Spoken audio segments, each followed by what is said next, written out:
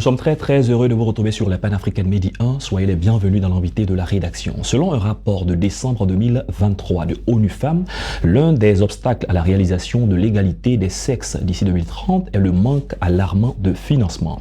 Garantir ainsi les droits des femmes et des filles dans tous les aspects de la vie est le seul moyen de bâtir des économies justes et prospères. La situation des droits des femmes en 2024 nous intéresse dans cette émission. Nous avons le privilège de recevoir Ghislaine Coulibaly. Bienvenue sur le plateau de Medi 1. Bonsoir. Vous êtes sociologue spécialiste du genre, par la même occasion président du réseau des hommes engagés pour l'égalité du genre en Côte d'Ivoire. C'est bien cela. Alors, première question, quel est votre commentaire sur cet aspect du rapport de ONU Femmes publié en 2019 qui dit que l'Afrique est la région du monde où les femmes ont le plus de risques d'être tuées par un partenaire intime ou un membre de la famille? Oui, je pense que ces données sont d'actualité, simplement parce que en Afrique, de façon générale et spécifiquement en Côte d'Ivoire, aujourd'hui, la question des violences faites aux femmes ou la question des violences à l'égard des femmes est dans une dynamique de banalisation. On finit par banaliser ce fléau, tout simplement parce que on tolère la violence en Afrique, parce que nous sommes dans une société patriarcale où dans le processus de socialisation, on socialise aussi à la culture de la violence. Il n'est pas rare de voir dans certaines aires socioculturelles, lorsqu'il y a un mariage qui est contracté, qu'on mette le beignet qui est un élément d'autorité de l'homme sur la femme lorsqu'il y a mariage. Et donc pour nous, c'est des éléments de tolérance. Et malheureusement, on a un pic de violence domestique. Et les féminicides en Côte d'Ivoire sont une réalité. Vous vous souviendrez d'une organisation de la société civile qui a initié une étude, et cette étude a montré que dans le district d'Abidjan, nous avons un taux élevé de féminicides.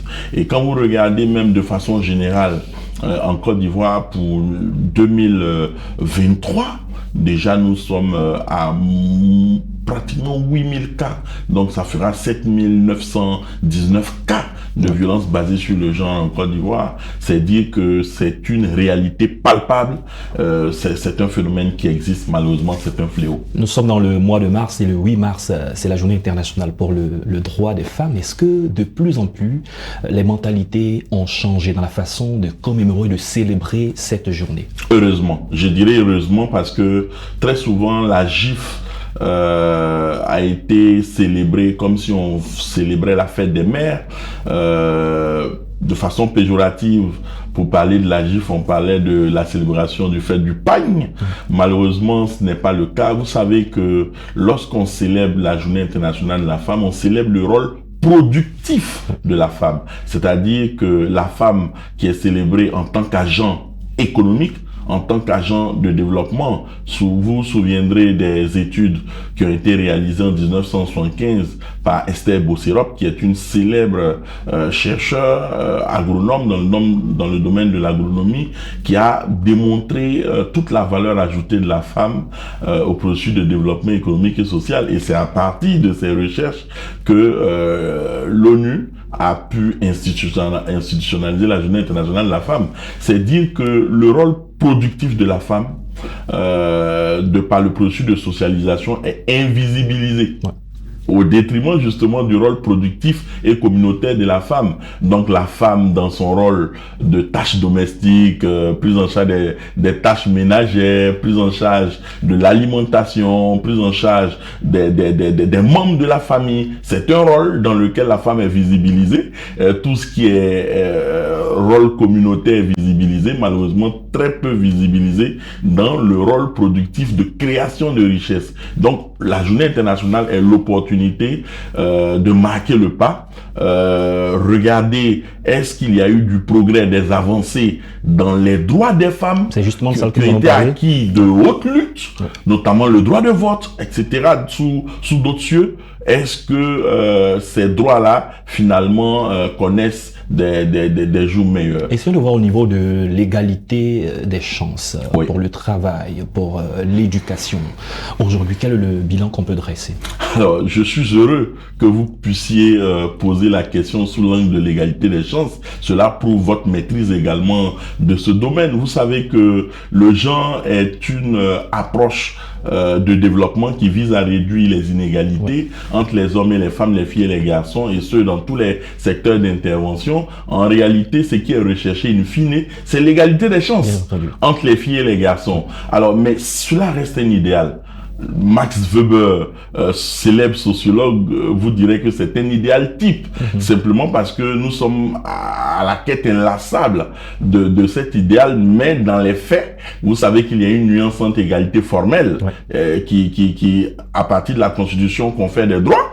Donc, les hommes naissent libres et égaux en droit et en dignité, mais dans la pratique, il y a une égalité informelle qui est créée. Je vous donnerai un exemple. Quand vous prenez par exemple le secteur de l'agriculture en Côte d'Ivoire, on ne peut pas me dire que les femmes et les hommes ont un accès équitable à la ressource foncière. Ce n'est pas vrai. Vous savez que selon les données officielles de l'agence foncière rurale, les femmes détiennent 12% de certificats fonciers. Donc, c'est dire que toute la gouvernance foncière est aux mains des hommes. Quand on sait que les femmes sont les plus nombreuses d'ailleurs en termes de main-d'œuvre. Mais oui, vous savez que les femmes, c'est 60 à 80% de la production alimentaire, donc tout ce qui est nourriture. C'est dire que sans les femmes, c'est la famine. Bien entendu. Voyez-vous, donc c'est une main-d'œuvre abondante dans toute la chaîne de valeur. Mais mieux, les femmes au plan démographique, c'est quand même plus de 47% selon le dernier recensement général de l'habitat et de la population,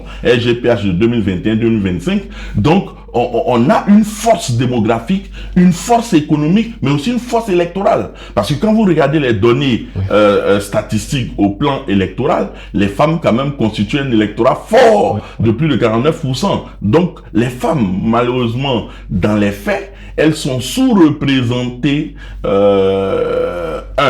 dans le champ politique, parce que quand vous regardez tous les gouvernements qui sont succédés, on n'a jamais atteint la barre des 30%. Alors revenons à une déclaration qui a été faite dans le cadre de la Journée internationale pour le droit des femmes par le secrétariat général de l'ONU, dans lequel il est demandé aux pays de faire des efforts quant à l'accessibilité des femmes à des postes décisionnels, parce que le secrétariat estime que si une femme a le poste de décision, elle peut implémenter un certain nombre de mesures. Qu'est-ce que vous pensez à ce Mais ce n'est un secret de polichinelle.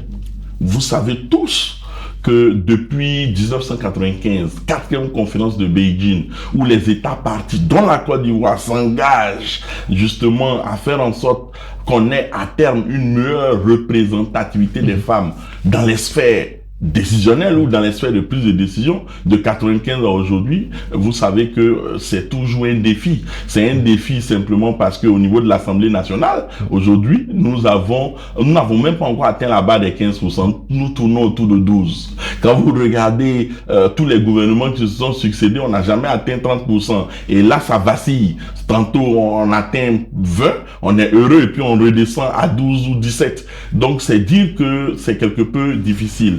Mais il ne s'agit pas seulement de postes électifs, même au niveau des postes nominatifs.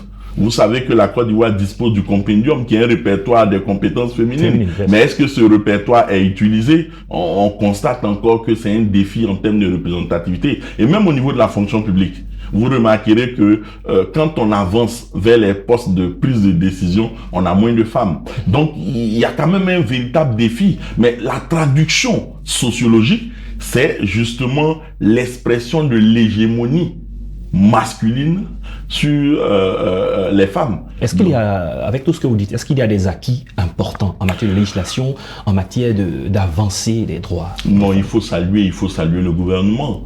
Il faut saluer les partenaires au développement. Il faut saluer vraiment le gouvernement, parce que le gouvernement, son mandat, c'est de créer un environnement favorable. Ouais. L'environnement favorable a été créé avec notre constitution, qui est la première loi fondamentale. Et cette loi fondamentale-là, en son article 35, disposition 35, interdit justement toutes les formes de discrimination. Et je le dis par ailleurs, que notre constitution, justement, est arrimée à la CEDEF, qui est la plus grande norme internationale qui protège les femmes. femmes. Donc la Convention pour la lutte contre toutes les formes de discrimination à l'endroit des femmes.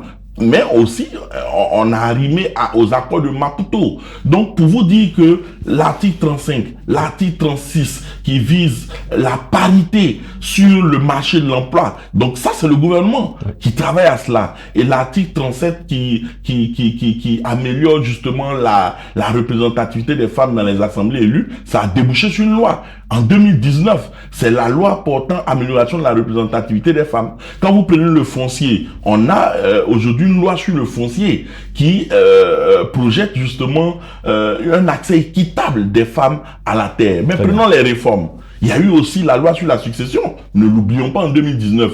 Réforme forte où aujourd'hui, les femmes peuvent succéder. Donc, en matière de succession, la femme hérite. Très bien. Nous allons voir certainement l'occasion de revenir sur ces réformes à une autre émission. Et même le mariage, puisqu'on a déconstruit le principe de l'homme chef de famille pour l'ériger en principe de cogestion. C'est une avancée. Très bien.